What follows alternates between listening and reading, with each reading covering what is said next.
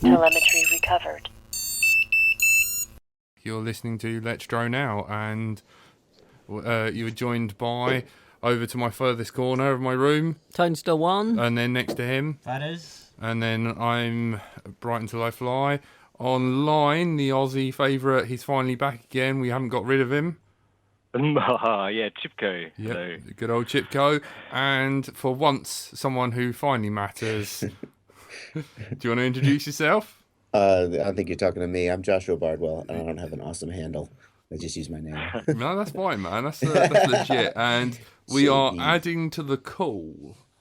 Hang on, and maybe Adam, if we can get it to work, because he wants to come on. Right. So yeah, thank you for joining us, Josh. It's nice to have you on. It's nice to be here. Yeah, man.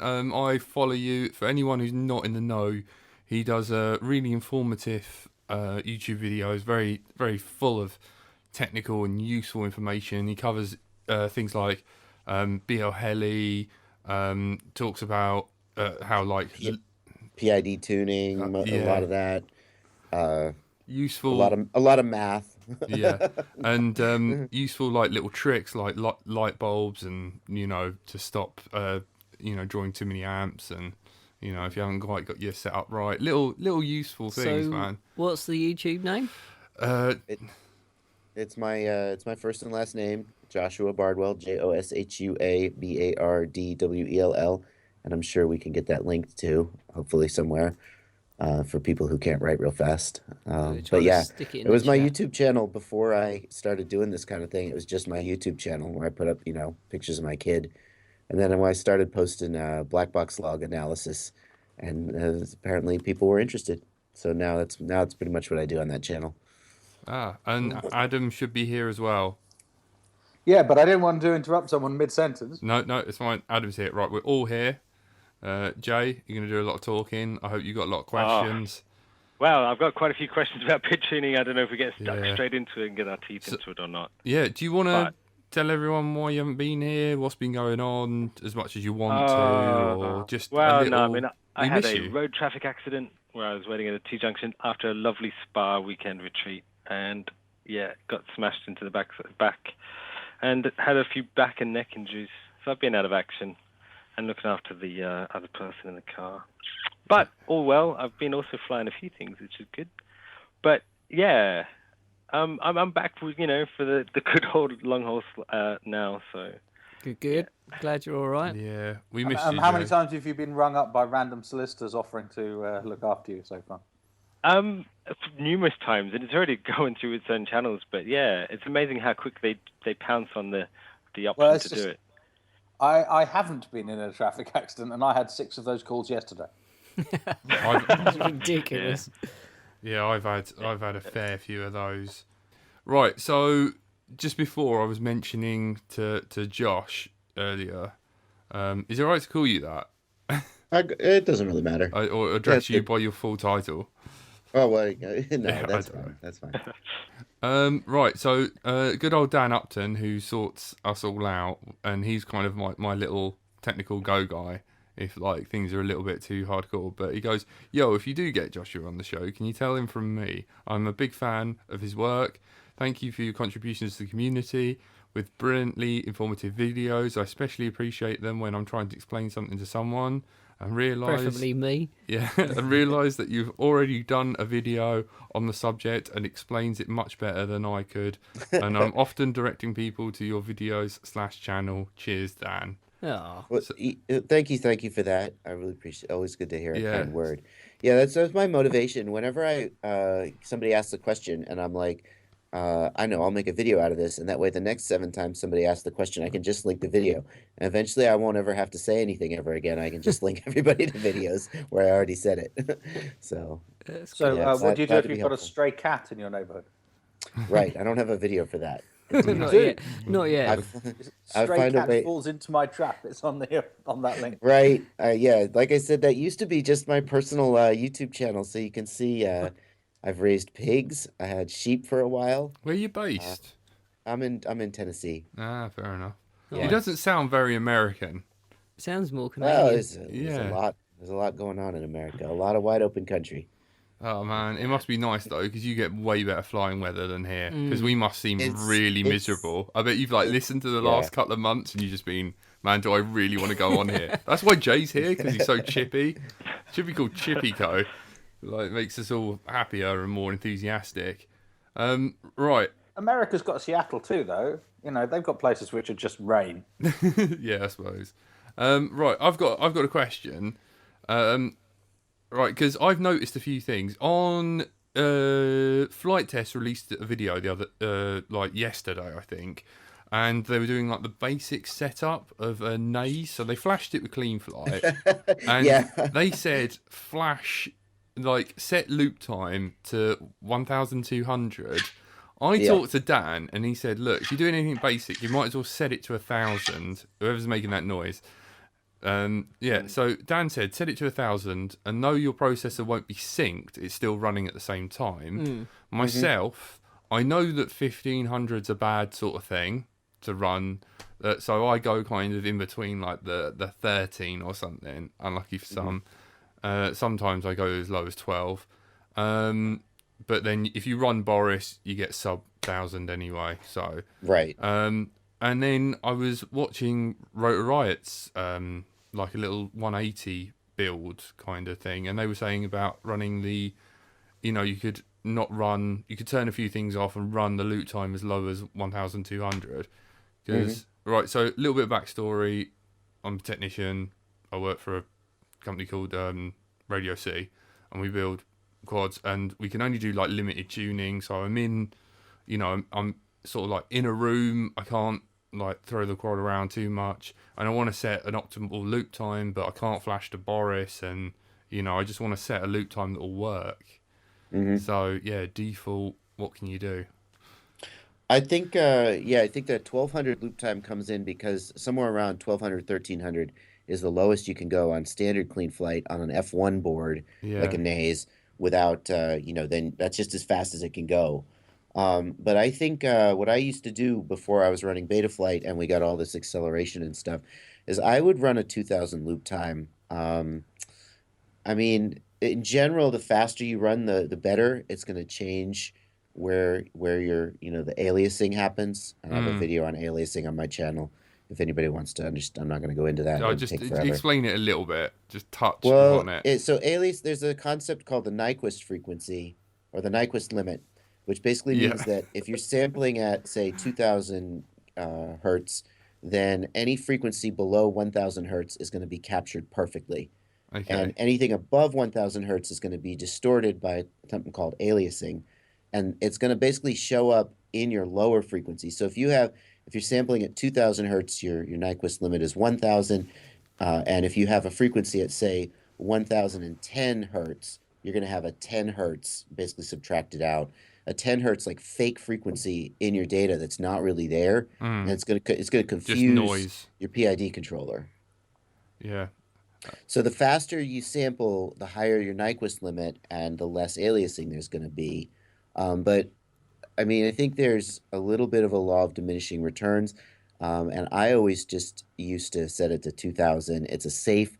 If you're in a room and you got to just crank out copters and you got nothing to do, just 2,000, because those people, you're not going for like the ultimate performance anyway at that point, and it's a safe value that's not going to get you in any trouble.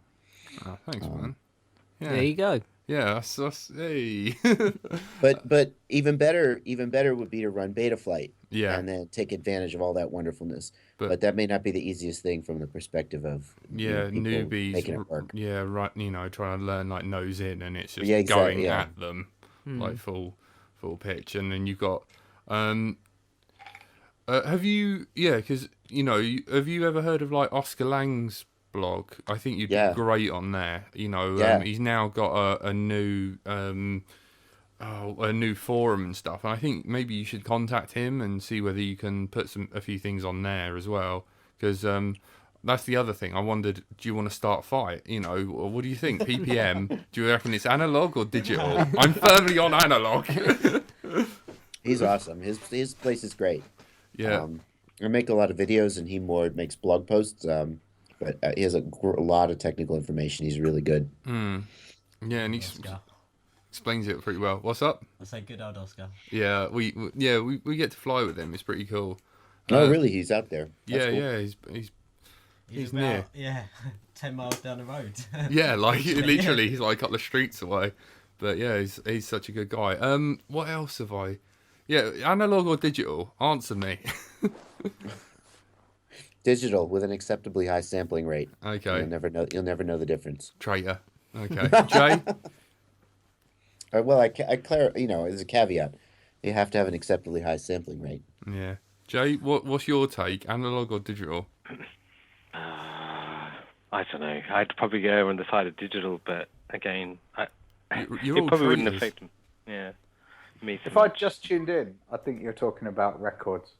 No. We are. I think having the old LP debate. I have no idea what we're talking about. Actually. Yeah, I had a few other, So, advice on tuning. Oh, that's pretty open-ended. Yeah, well, I don't Where know. do you start? Okay, Yeah. well, let me step in, because tuning, as people would have maybe got these things from Jack, who built them and sent them out, after a while, people do want that slight bit more performance and that response from their quads. And I've come from an age where was dissing you there.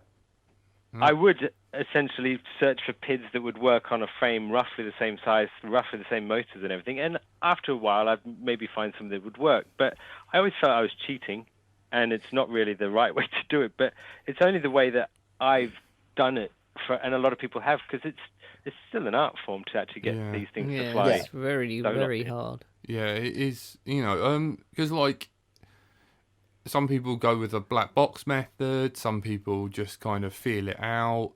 And Listen. yeah, I fly with just such bad PIDs, because you've had a go of my quads. It was awful. Yeah, and I like it, so it drifts. Honestly, my quad's like a drift car. It's it just slides. It does. Round, and I'm But awful. Jack, My is it rate. bad if that's what you want? I mean, if you like the drift, Well, and it is yeah. cool, then But my maybe it's not ESCs bad, don't. It's a choice. My ESCs catch on fire. Yeah. And- Okay, that's That's Kiss for you. Isn't it? Yeah. I've always said, and I'm going to keep saying that if you like how it flies, that's all that matters. I Yeah. mean, the tuning is always in To your service to the flight preference. experience, Yeah. except if you're like me and you just love tuning, right, for its own benefit. But if you get PIDs off online, or you throw a dice and you just type them in, if you're happy with how it flies, then keep doing it. Don't let anybody tell you different. But I do have people asking for PIDs. Like, somebody will watch a video of Schizo or Steel or Final Glide, and they'll be like, "Dude, what's your PIDs?" And I always feel a little bit silly about that, because I think if you're asking for PIDs to learn, like if you show me a copter and it's flying Lux Float and the P gain is 6.0, I'm like, well, that's too high, because I know there's a range, right? And I've learned that range by looking at other people's values. But if you're just asking for them to copy them in, people are like, well, what's a good PIDs for this frame? And I'm like, well, I don't know. What version of BL Heli are you running? Because it's different. What motors do you have? What props do you have? Yeah. Yeah. There's so many factors that if you copy somebody's PIDs and they turn out to fly good for you, but you're just kind of lucky and you haven't learned anything in the process. Only once did I, when I very first started, used some P and I, because I was on the KK, and that worked pretty well. And then I think I just upped my eye a little bit, and it was pretty good.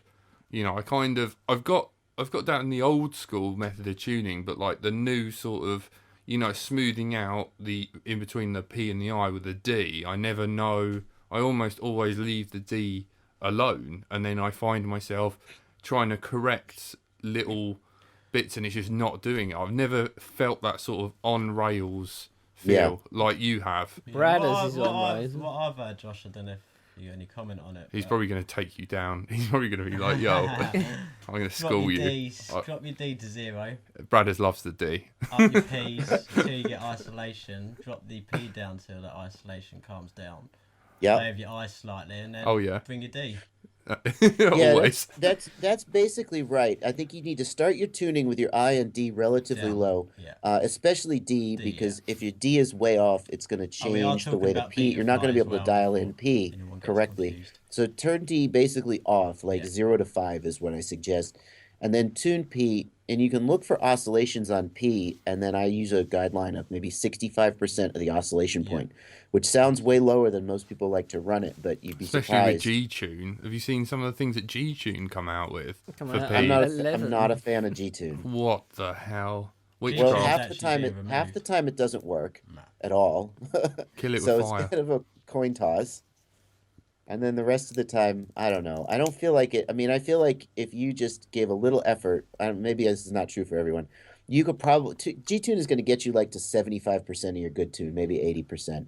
And that's easy. You could do that in 15 minutes if you have just a little bit of knowledge. You could do it yourself, I think, and not screw around. I think I'm going to watch you your said channel. about 65% to the point where you got your oscillation, because that is quite low from everything I've ever heard. So, but you think that then it's easier to tune in the rest then, from that lower value? Well, actually, the reason I say that, and of course it's going to be different for every setup, but the reason I say that is that if you get to the point where you have visible oscillations, like you punch the throttle and it oscillates, right? Then you turn it down to maybe 90% of that, and the visible oscillations may be mostly gone, but if you look at the black box, you can see that the P term is still kind of going crazy, and the motors, the signal that the ESC is getting is going crazy, and that creates micro oscillations. It wastes energy as heat. In extreme cases, it can burn up your ESCs, and doesn't actually result in a better flight experience. And usually you get down to about, say, 65 or 70% maybe of the oscillation point. You still have a very tight, very locked in copter, and you're not having all those oscillations behind the scenes. And then maybe you could work it up a little bit, and feel out exactly where you want it. But there's not visible oscillations still happening under the hood, and that's why I say turn it down to like 65%. That's excellent. Yeah, good one. I'll try that.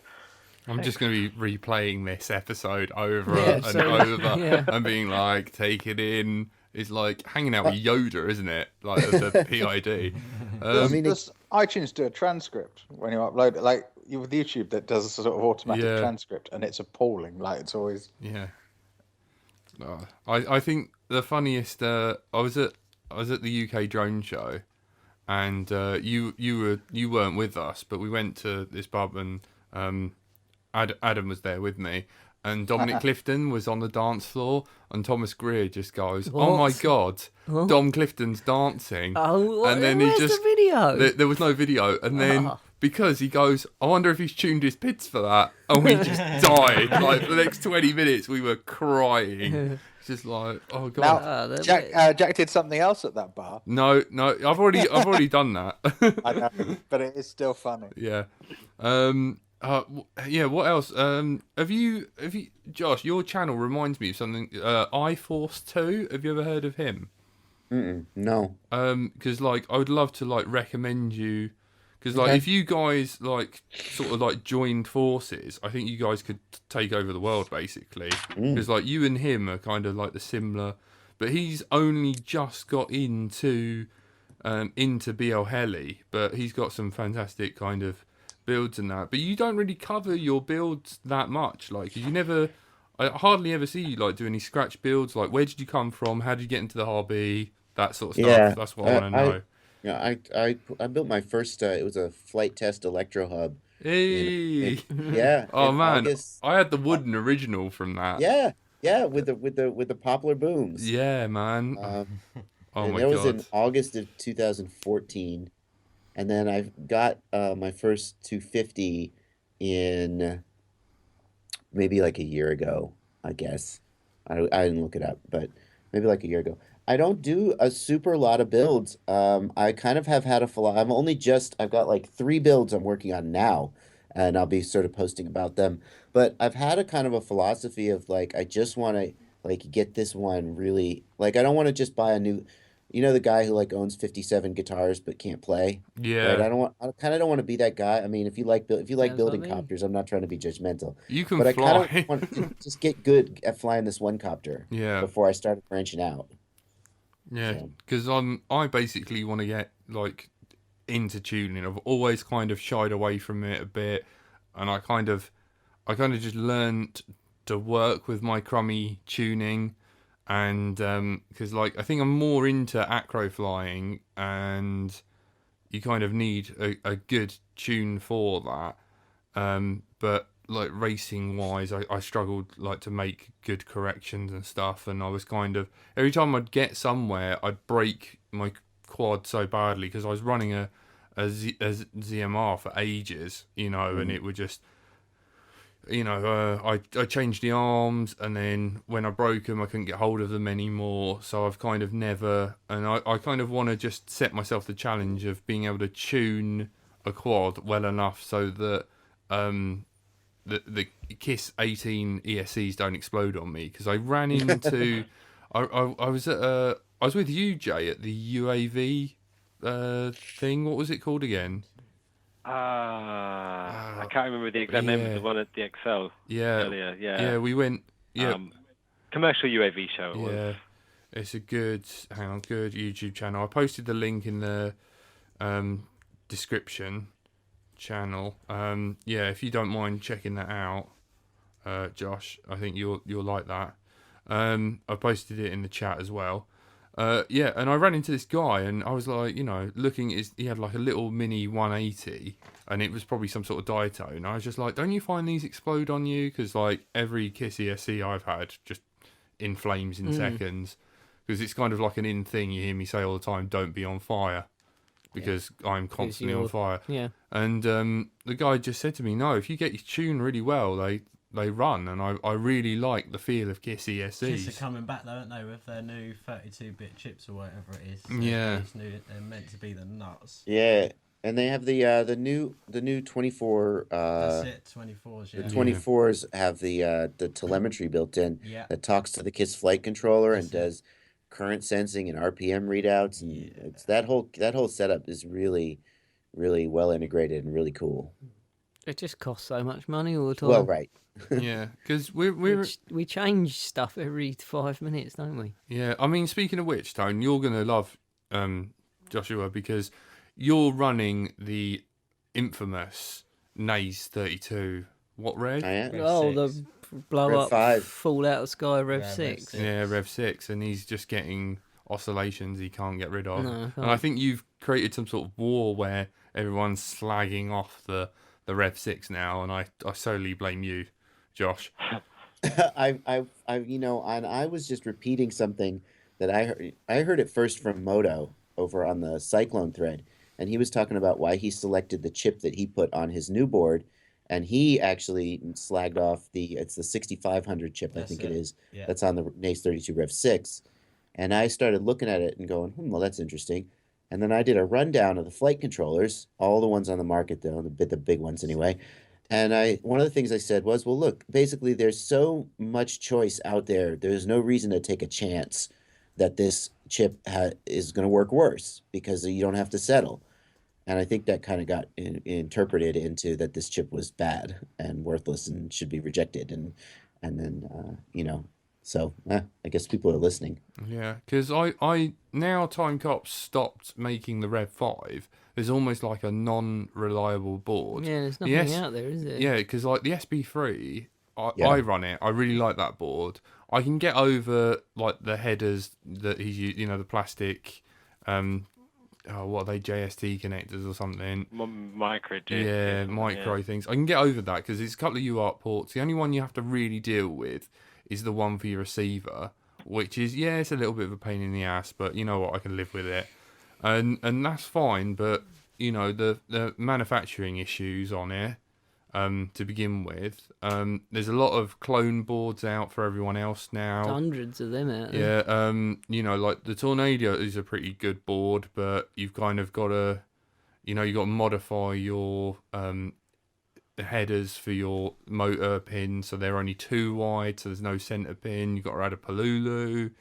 And it doesn't do BL heli pass through, which is for me. I know people are like, "Whoa, why don't you just unplug your ESCs?"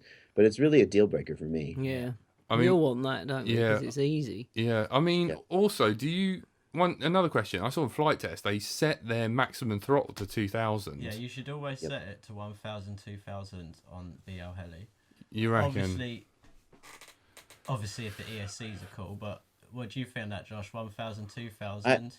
I feel like the Take the number one range. thing you got to make sure is that your ESCs can and your take flight it. controller are in agreement. And I do that by doing stick calibration, but you can also manually enter the numbers. As long as they're in agreement, the only thing you're changing is the resolution of the channel. Yeah. And the difference in resolution between, whatever, 1050, 1850, and 1000, 2000 is minimal. So it doesn't, I like round numbers. So I go 1000, 2000, but it doesn't really matter. Because me and Dan are into this sort of habit where we set our minimum throttle to 10 to 15 above when the motors start Yeah, that's what I do. spinning.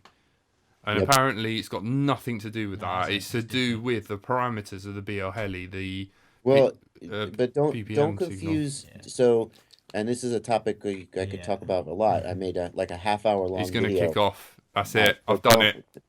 But don't. I won't.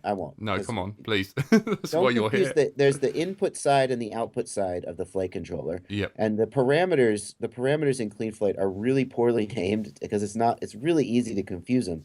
But on the input side, you have This is Oh, where he's quickly opening configurator to have a look. yeah. I was saying, on the output side, you have min command, min throttle, and max throttle, and Yep. that's from the flight controller to the ESCs. And then on the input side, you have your channel endpoints and your min check and your max check. Yeah. And those things often get mixed up and confused, and they're actually completely independent of each other. So what you said is correct, I think. Find the point where your Wow, I motors was begin to right. spin and add 10 to 15 to that just to give a little bit of headroom, and that's where min throttle should be. I agree. Yeah. Cool. Because I found like the best, because like I set up for someone with a Dodo, and with a pass through arm switch, and it armed, and the takeoff was really not smooth until I made that modification of adding 5 or 10 to Yeah. that. It would take off really horribly. Who's that on the mic? I don't know who that is. So Josh, do you check as you run 1,000 to 2,000? Are you using min check at about 120, or are you keeping default? So I 110? like to have min check. So again, don't mix up min command and max sorry, throttle, which are the output side. On the input side, your input channel side, sorry. endpoints are default to 1000, 2000. Yeah. And you can change that using the RX range command, but the default, I like to have min check as low as possible because No deadband. there's deadband at the Yeah. bottom of the throttle stick. So the higher min check, the default min check is like 1100, I think. Yeah. And that's to cover just ridiculously Well, cheap basically, it's transmitters 11% of your. It's 11% of your throttle. Exactly. Deadband. You don't want that much deadband. So I think I run something like 1025. Okay. Yeah. Back to reliable flight controllers. I'm thinking about. There's a lot of clones out there, especially for the Dodo, and I've probably got one. yeah, we're struggling with the like voltage, the onboard voltage. You plug in VBAT to it, and then it's meant to give you 5 volts. That's not happening. Some of them, the throttle pass through isn't happening.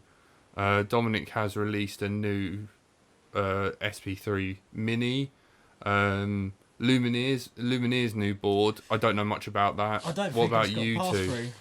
I don't think it's doing pass through. I'm not 100% confirmed, but if a Lux board's not having pass through, then to be honest, that's a really bad mood. And again, that chip, I think, Josh, they put the 6500 in it, haven't they?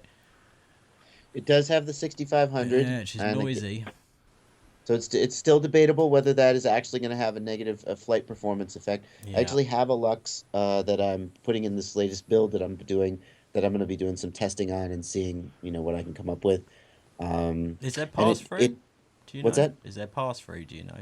It does have, so it uses the virtual COM port, Oh, the you are VCP, one. and so it will do pass through, but you need to use an FTDI adapter hooked up to a UART. I think it's UART 1 UART1, by yeah. default. Boo. Yeah. And so most of us wouldn't call that pass through because No. we expect pass through the USB port, which is, I Yeah. think. But I think they're working on that in software right now. That's a software problem, not a hardware Cool. problem. And so we could see it solved in a future version of Clean Flight or BL Heli or Beta Flight. Yeah, that is a useful thing to know as well. If you rip off your USB header, you can, with the TX RX 5 volt and ground, you can still connect to your NAS board using an FTDI adapter as well because the UART is shared. So that's quite handy. It sucks though for when you've got the OSD running and you plug in, try and connect. That's a total pain in the butt. But what else are you looking forward to and like working on new technology wise? Because other than the Lux float board. Yeah, another thing I have coming up is I have some. So I've always been curious about these new high voltage lipos, right? Instead of going to graphene ones. Yeah. No, not the not the graphene ones. Oh. That's different. I actually just learned about those, and they seem exciting too. I'm talking about the lipos that instead of charging to 4.2 volts per cell, they charge to 4.35 volts per cell. Oh, what the weird overcharge ones that you need a special battery charger for? Yeah. Oh man, I've forgotten about them. I was like, new battery charger. So what are they going to do then for us? Well, I mean, so you have another 1.5 volts per cell. Mm-hmm. So, multiply that by 4 for a 4 cell. And then, so if you think about the wattage of the battery, the watt hours, watts equals amps times volts. So if you have more volts, you have more watts. Maths on Let's Drone Out, man. Yeah. What and then also you have your motor's kV rating, right? So you have a 2000 kV motor, and that means it's 2000 RPMs per volt applied, which means that if you apply another, 1.5 volts per cell, you're getting more RPMs out of your motor. So basically, you have more power, higher voltage, less sag. That's the promise. And I have some of those coming in the mail. I'm going to do a side-by-side test of a Nanotech 1800 65C, which by all rights should be a good battery. I mean, and one of the Hobby King Bolt high voltage 1800s. And I mean, the high volt one should kick the other one's butt, but we'll see by how much. What are you doing, Josh? You testing it on a high kV, did you say? Sorry. Well, the high voltage one should make more kVs because it's higher voltage. Okay, cool. And I'm just going to put them on. I mean, I don't do a lot of bench testing like Quad McFly does, or Engineer X. I mean, I do a little bit, but I'm probably just going to stick them on a copter and fly them around and maybe like do some timed laps or something. Yeah. I mean, hopefully the difference will be really clear. If it's not, if it's like tenths of a second, well, then don't bother. Yeah. Just look, just find one way of like keeping the consistency, and then. Yeah, for sure. Yeah, for sure. That's the only thing, because like a lot of reviews are like, well, it feels different, and it's like. Yeah, no, I try and keep my stuff sort of technical and quantitative. Nobody wants to see me go, oh yeah, got a lot of punch, feels good. Anybody can do that. I'm not, but I try. So I'll try and keep it like scientific. It's just probably not going to be like bench testing stuff because I just not set up for that, and I probably just rather stick it on a copter and go out and fly. But I mean things like flight time, and I think I have a couple of laps I do around my place that I'm pretty good at. So I think if I should be able to do, like the Top Gear guys, I'll just take it out to the track and do laps and see what's faster. And then race it against a train. Yeah, or a Eurofighter. That's our answer to everything. That'd be cool. I know, that would be wicked. And then punch your colleague in the face, of course. Oh, by the way, Tone, got a nice little hoo-ha for you, just to excite everyone. A friend of mine goes to go-kart track and stuff, and apparently these guys are really interested in letting a few of us like rip round there. Awesome. Yeah, I knew that would put a little smile on your face. That sounds like a good day or night or evening, whatever. That sounds really fun. So poor Tony's been sat here for the last 20 minutes looking slightly confused, and we've been like trying to draw diagrams of like KV, how fast it spins. I know what that is, you idiot. Sorry. Can't help but wind him up. Do you miss multi-wee old, or do you like multi-wee rewrite, or you're a totally flux man? Lux float. Flux. I fly rewrite. I started flying. I flew Lux for a little bit, and then I switched over to rewrite, because the big thing with rewrite is that if you're using MWSD to adjust your PIDS, with rewrite you have more resolution, because it's like on Lux float, if your PID is 1.2, it's going to show up as 12 in the OSD, and so you can go from 12 to 13. But LuxFloat actually uses a lot more decimal points than that, so you don't have a lot of granularity in your tuning. So that was mostly just laziness that I started doing rewrite instead. But then it turns out, according to Boris, that as of today in Betaflight, like under the hood, LuxFloat and rewrite are like identical. The only difference is that the numbers scale a little differently, but in terms of flight performance, they should be the same. So I just stick with rewrite. LuxFloat. Everyone should use rewrites. I've never not used rewrite. I love me and Jay. We're like multi-wee guys, man. I had a flip 1.5, man. Like I started on one of those with my Electro Hub at a multi-wee. Yeah, I went over to there for not that long, but you know, I really did like the multi-wee. The way it flew was like nothing else. You know, it was just like you realise how slow KK was. You know, like you almost were mailing commands to it and waiting for it to like squawk it back to you, like. So they were clunky, but I mean, I never looked back. I used multi-wee for a good year or so. Really, I loved it. Even setting GPS up on it, it was hit and miss, but it was a good board, very good board. And again, you still had the clone issues though, so they're always there. Yeah, we just need like reliable boards and everything to get working out the woodwork. We're in a really weird time right about now, but Jay, you'll be happy. I've managed to get a old U-Block 6 working with a naze full on a, funny enough, electro hub in a dead cat configuration. So if you with a dead cat, so dead cat layout. If anyone wants to look that up on old flight test, but yeah, it's not a real dead cat, by the way. Yeah, Tony's a vegan. Do you know why they not like that Dutch guy? Yeah. Is that why they call it a dead cat? Yeah. Because that guy stuffed his cat into a quadcopter, and that was the first time they did that layout? Yep, Orville. Yep, he wanted to fly with the birds. Terrible. He kept the cat in a freezer for a year, though, before he decided what to do with it. That's probably, Some people are mental. And that ran on a KK as well, and the DC 720 motors, you know, like the old school. That's the thing to talk about. What board it used, not the fact that the man decided he wanted to have a floating cat. Well, you know, that's for the mainstream media. We're on Let's Drone Out, you know. What ESCs were in that cat? what was powering that dead cat? You're right, in fairness, it was the first thing I wondered about. Yeah. I want to know everything.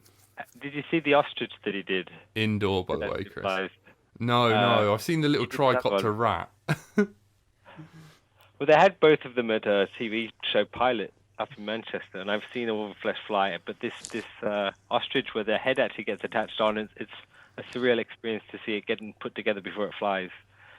But it's making an ostrich fly, so. Yeah, that's an achievement. Yeah. Jay, I'm not talking to you anymore, Jay.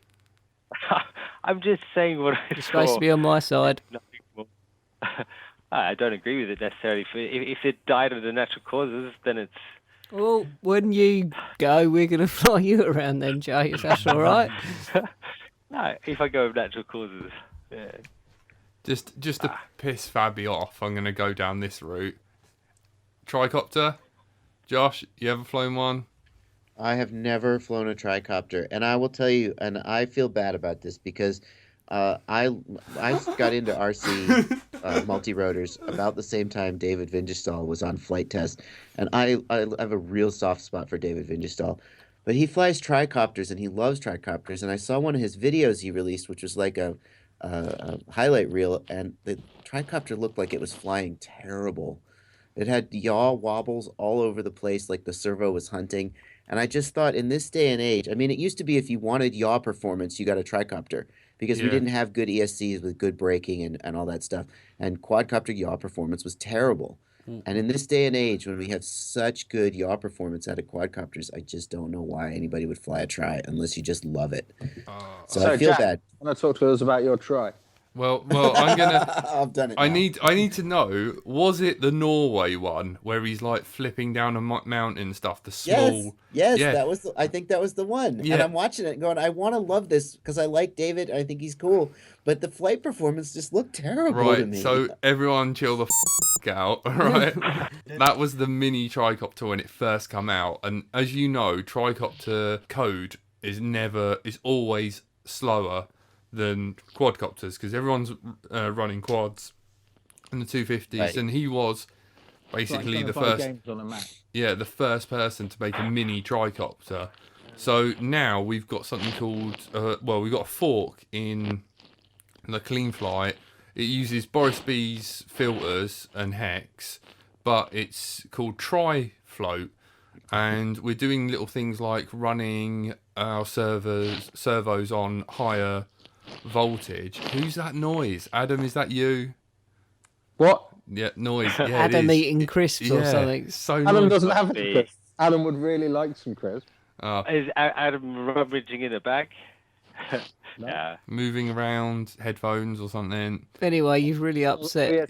You've upset. I'm Jack. so sorry that you're telling me that one of the people on this broadcast actually was involved in that exact video that I insulted. Yeah. Not quite, but No. but Jack loves tricopters.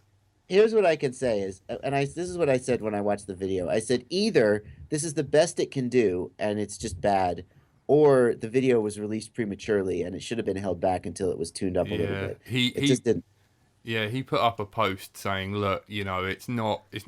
I'm not that happy with it. I can release it, and everyone stepped up. Lucra worked on the code really hard, and like everyone in the community agreed that release it, and we'll all kind of work on it, submit our black boxes, and we're now on Tri-Flight 4.0. But and it's really good.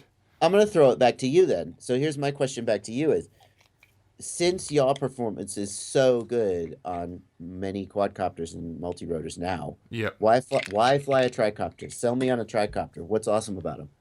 What's awesome about tricopters? You really like replacing servos. No, I'm sorry. Well, no, I mean now we have got like protected servos now that like give out on a crash. I can't remember what they're called now. It is just the way they fly.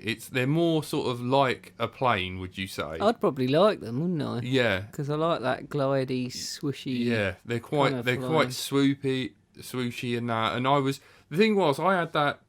was on Tri-Flight version 2, and I was at the Fossil event with you, and everyone was saying, "Wow, it flies really smooth." But I still felt that sort of like finding that sort of like wiggling back and forth in the tricopter through the FPV. Yeah. But obviously they're lighter. You've only got 3 motors, 3 ESCs.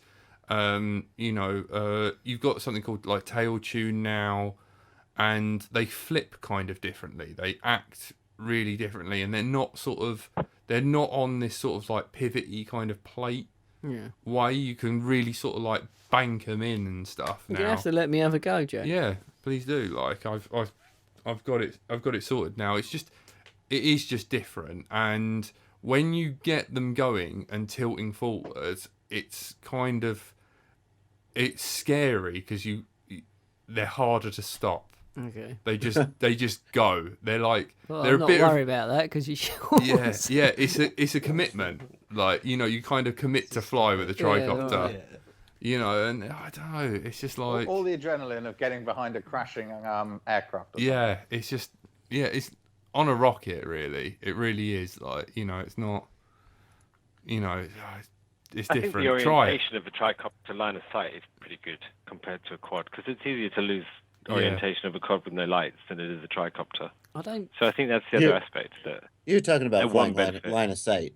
Yeah. Yeah, I know. Just for if I was, that's the only advantage I've ever seen of a tricopter over a quad, and I've never flown a tricopter in my life, but I've always preferred quad myself. Do people like flying line of sight? 'Cause I think it's it's quite enjoyable. Is it?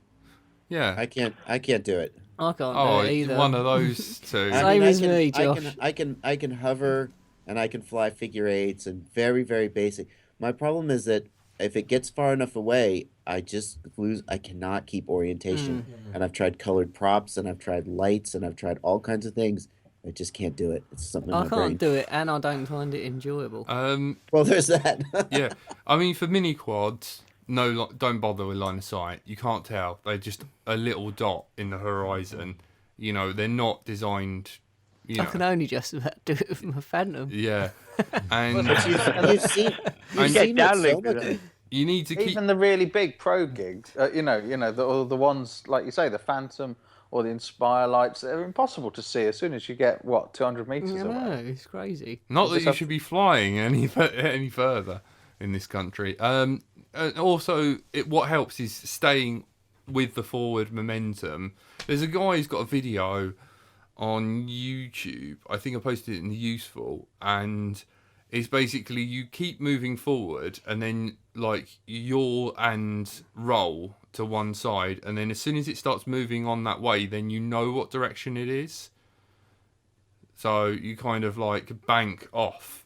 You just pick a direction, bank off, see what it does, and then you know what it is. But it's the forward momentum. It's like stick memory. Yeah. You just keep going forward, and then you know that's the direction that forward is, because that's, you stay on that all the time. Until it's going further away. Yeah. Right. Then you bring it round to you. You just remember that you're... I always had the problem where if it was far enough away, I would not be able to tell if it was pitched towards me or away from me. And waiting for it to get smaller or larger takes a bit of time. It's terrifying, isn't it? It's terrifying. And then I'd be like, I think it's pitched away, so I'd pitch it towards me. But then it would turn out that it was pitched towards me, so now it's coming faster. Yeah. And then I would just get completely disoriented and crash. My friend Adam's bought me a nice little present for, like when you fly an FPV and you kind of like lose where you are to get back home. He's bought me like a fluorescent jacket. So I've got to like write the words like "return to home jacket" on the back of it, which is quite funny. So you just see like this fluorescent jacket. Can I just butt in here and carry on. And I just wanted to say the Event Horizon is starting to go on sale now. It was in the Drone magazine this week, I think. It's this month's one. Get your orders in. Get your orders in to fossilstuff.com. The Your issue that wasn't. It was a dodgy flight controller, which I got. So there is no Your issue. We found that out when we went to Fosterville about a couple of weeks ago. Maybe Martin can hook Joshua up with a transatlantic Galactic Event Horizon. Event Maybe, Horizon, yeah. and you can do like a little, this is how you tune something like this. That'd be good. Good for everyone. But I think the tune Johnny got on his, he was flying fantastic that day. So don't upset him by copying his PIDs. You'll make him mad and he'll never want to come on I'm again. just saying that I had a dodgy exact flight same controller. setup. So Sorry. If they have the exact same setup, then you can copy their PIDs and I won't get mad. Like the Vortex Pro and the Pro Tune. Oh, that makes sense. What's the point? It's got its own profiles for copying PIDs. Yeah. I want to fly like Boris. I'll select Boris. Yeah. It will instantly make you Danny. as good as whoever you're copying them from. Well. Or as bad. Could be as bad. So Josh, definitely check out the iForce 2 guy, because he's even made like a little motor mixing program where you can tap the arrow keys and then it will insert motor 1 and then tap it whether it goes clockwise or anti-clockwise, and then all you do is measure from your center point of your craft, so you can make any configuration. Doesn't work for tricopters, but look at you. I'm surrounded by bigots. Do you want to hear something else controversial? Yep. I thought you would. So I am not. I don't think that motor mixing is necessary or useful for flat quads. Yeah. As long as your motors are rectangular, don't bother with mixing. If you have like a dead cat style, or especially if you have an A tail or a V tail or something weird like that, then you need motor mixing. Yeah. But a lot of people with just they just were flying an H quad and they want to do a motor mix. Pointless. And it's just still an X. Pointless. Yeah, but don't you find a little bit of a difference in between yaw and pitch, maybe? Well, yeah, but that has to do with the weight distribution, not the motor spacing. Mr. CG. It's because and I would like to give credit to the person who gave me this idea, but I think maybe it was Quad McFly. I'm going to attribute the wrong person, and I apologize. I didn't come up with this idea. I think it was Quad McFly, though. He said, I've ran all the math, and it turns out that the further the motor is from the CG, the longer the lever arm. So this idea that you need more force when a motor is further away is negated by the fact that the lever arm is longer. Yeah. And yeah. it all exactly cancels out pretty much. And so what you're really doing when you change those PIDs, or the mixer rather, is you're compensating for the weight distribution. It just coincidentally so happens that most of these copters it works out the same. But in fact, I think you should just use the Quad X mixer and then just adjust your PIDs, and your pitch may be higher than your roll, and that's fine. Just figure it out and don't mess with the mixer. That makes a lot of sense. Oh look, two tellings off in one episode. I think everyone will want you back.